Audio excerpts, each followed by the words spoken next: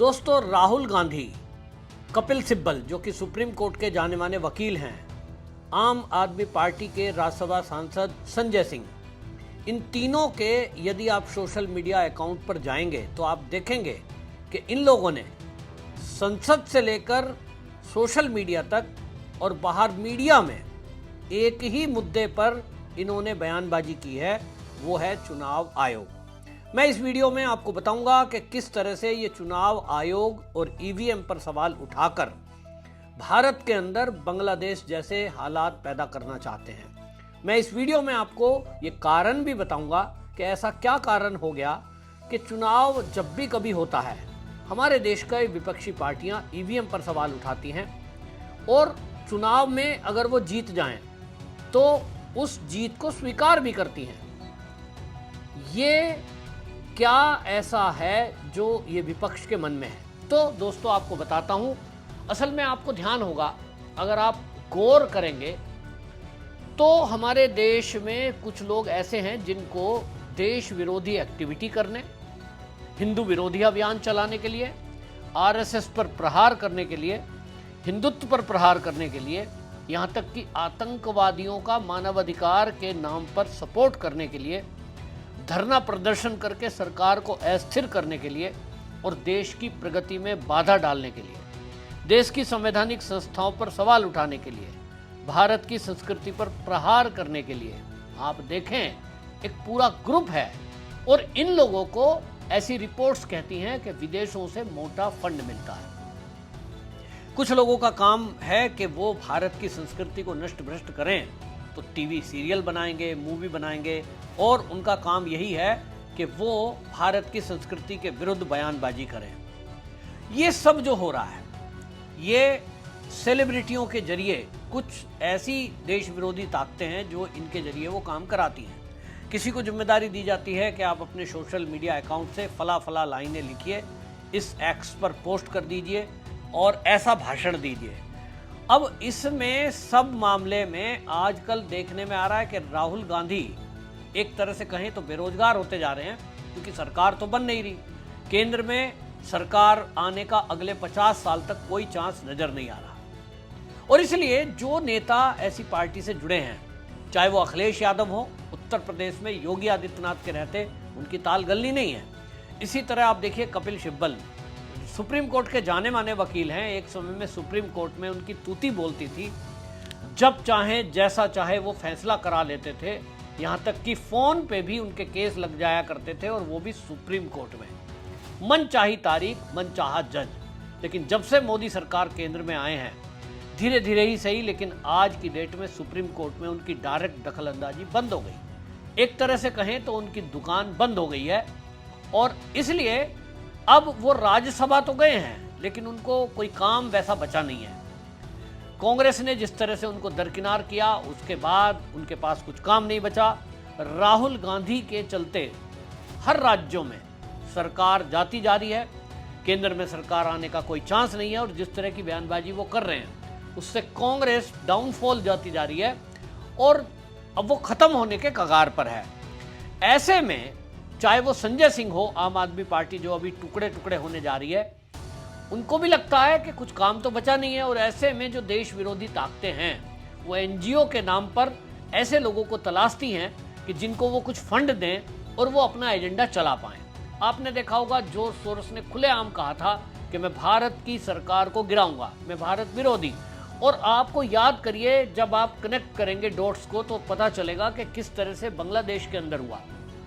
वहां छात्र आंदोलन खड़ा किया गया, शेख हसीना के विरुद्ध अभियान चलाया गया और उसको भी यही कहा गया कि ये बेईमानी से जीती है।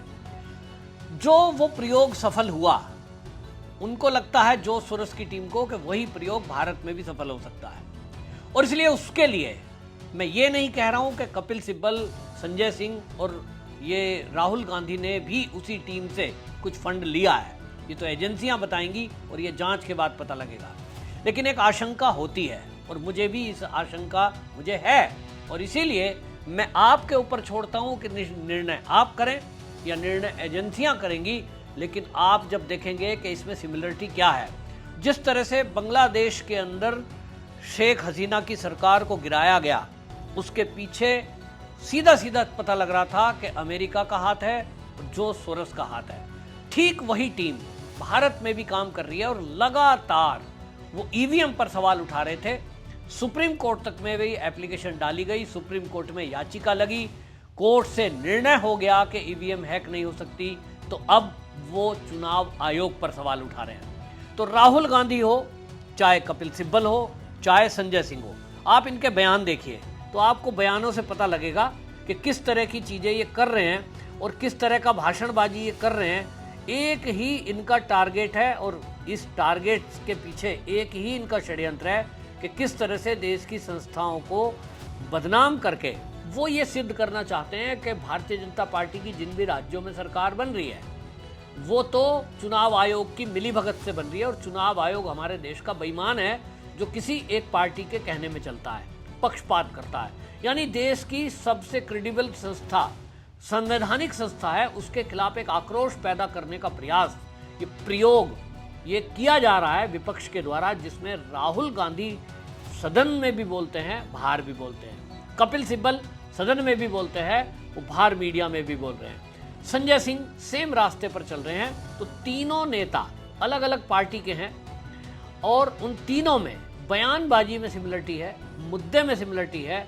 तब देश की एजेंसियों को ये चाहिए कि इनके पीछे का सच पता लगाएं कि क्या ये बांग्लादेश की तर्ज पर भारत में भी सरकार गिराना चाहते हैं। मेरे पास जो सूत्रों के हवाले से खबर है, वो खबर ये कह रही है कि इनका लगातार पीछे से कोई फंडिंग करने वाला है जो इनसे इस तरह के बयान दिला रहा है, जो इनसे सोशल मीडिया पर पोस्ट दिलवा रहा है। राहुल गांधी का एक्स पर पोस्ट मैं आपको बताता हूँ। पूरा विपक्ष संसद में वोटर लिस्ट पर विस्तार चर्चा की मांग कर रहा है। महाराष्ट्र की वोटर लिस्ट में गड़बड़ियों को लेकर मेरी प्रेस कॉन्फ्रेंस को 1 महीने से अधिक हो गया, मगर पारदर्शिता को लेकर चुनाव आयोग से हमने जो मांगे मानी थी वो अभी तक पूरी नहीं की गई हैं। सवाल आज भी वैसे ही बने हुए हैं। अब वोटर लिस्ट में डुप्लीकेट नामों के नए सबूत सामने आए हैं, जिससे और ये नए तरीके के गंभीर सवाल खड़े हो गए हैं। आप देखिए कि जिस तरह की बातें ये कर रहे हैं, इसमें साफ दिखाई दे रहा है कि ये किस तरह की बातें कर रहे हैं। और आपको मैं बताऊं मुद्दा क्या है। मुद्दा यह है कि देश के अंदर आप जानते ही हैं, बहुत सारे लोग शहर में रहते हैं, कुछ लोग गांव में रहते हैं, उनका गांव में भी ठौर ठिकाना है, परिवार रहता है। तो बहुत सारे लोगों ने 2 जगह अपनी वोटें बनवाई हुई हैं।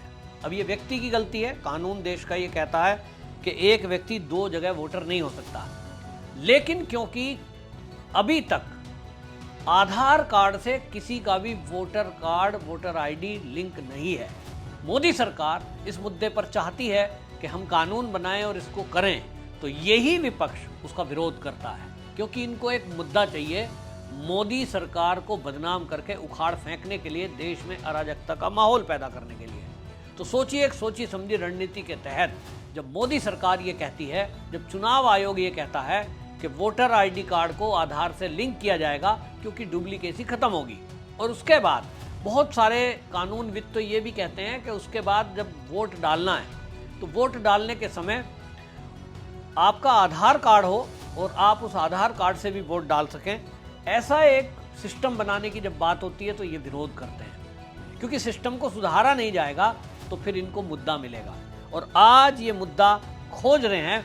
और आप सोचिए कि किस किस तरह से एक पूरी एनजीओ के नाम पर जो चीज़ें होती हैं, इसमें भारत विरोधी जो एजेंडा चलाने वाले हैं उनको जोर शोर से पैसे देता है, जो हिंदू विरोधी अभियान चलाते हैं उनको वहाँ से फंड मिलता है, और आतंकवादियों का सपोर्ट भी। जैसे आपने सुना होगा, देखिए कश्मीर के अंदर जब सेना ने सख्ती शुरू की तो उस टाइम पे बहुत सारे लोग सुप्रीम कोर्ट में आ गए और मानव अधिकार की दुहाई देते हुए सुप्रीम कोर्ट में उन्होंने एप्लीकेशन लगाई, जिसमें कपिल सिब्बल जैसे वकील खड़े होते हैं। पूरा एक नेक्सस, पूरा एक टूलकिट, पूरी एक इकोसिस्टम है जिससे ये सब लोग कहीं ना कहीं लिंक्ड हैं।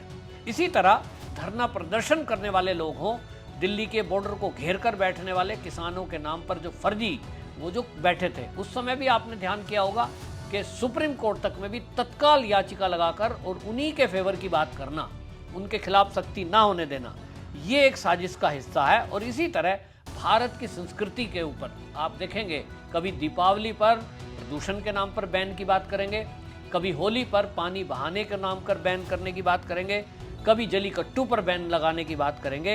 ये सब का सब एक ही गैंग है और इनको इन्हीं काम का पैसा मिलता है।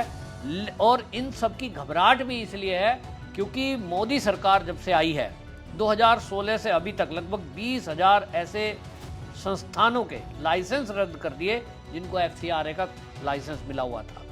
अभी तक 13,000 से अधिक NGO तो पिछले 5 साल से पहले ही मतलब आप समझ लीजिए कि उन NGO बंद हो गए क्योंकि उनकी ठीक से जांच हुई।